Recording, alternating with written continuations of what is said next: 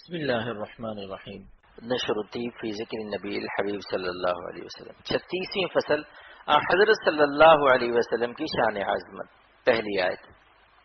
ما كان لأهل المدينة ومن حولهم من الأعراب أن يتخلفوا عن رسول الله ولا يرغبوا بأنفسهم عن نفسه. ترجمہ. مدینے کے رہنے والوں کو اور جو دیہاتی مدینے کے آس پاس رہتے ہیں ان کے لیے یہ مناسب نہ تھا کہ رسول اللہ صلی اللہ علیہ وسلم کا ساتھ نہ دیں، اور نہ یہ مناسب تھا کہ اپنی جان کو ان کی جان سے عزیز سمجھیں. دوسری آیت. انما المؤمنون الذين آمنوا بالله ورسوله وإذا كانوا معه على امر جامع لم يذهبوا حتى يستأذنوه ان الذين يستأذنونك اولئك الذين يؤمنون بالله ورسوله فإذا استأذنوك لبعض شأنهم فأذن لمن شئت منهم واستغفر لهم الله إن الله غفور رحيم.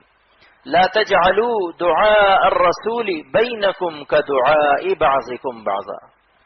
ترجمہ. مسلمان تو وہ ہیں جو اللہ پر اور اس کے رسول پر ایمان رکھتے ہیں، اور جب رسول کے پاس کسی ایسے کام کے لیے آتے ہیں جس کے لیے انہیں بلایا جاتا ہے اور اتفاقاً کسی ضرورت کی وجہ سے جانا پڑتا ہے، تو جب تک آپ صلی اللہ علیہ وسلم سے اجازت نہ لیں اور آپ صلی اللہ علیہ وسلم اجازت نہ دے دیں مجلس سے اٹھ کر نہیں جاتے.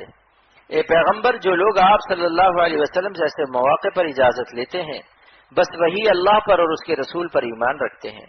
تو جب یہ اہل ایمان لوگ ایسے مواقع پر اپنے کسی ضروری کام کے لیے آپ صلی اللہ علیہ وسلم سے جانے کی اجازت طلب کریں تو ان میں سے آپ صلی اللہ علیہ وسلم جسے اجازت دینا چاہیں اجازت دے دیا کریں، اور اجازت دے کر بھی آپ صلی اللہ علیہ وسلم ان کے لیے اللہ تعالیٰ سے مغفرت معافی کی دعا کیجیے. بلا شبہ اللہ تعالیٰ بخشنے والا مہربان ہے.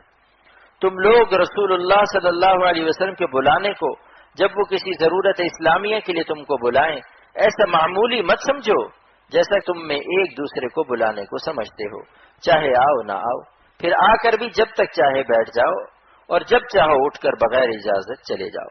اللہ تعالی ہم سب کو رسول کریم صلی اللہ علیہ وسلم کے اتباع اور محبت کاملہ نصیب فرمائے. آمین.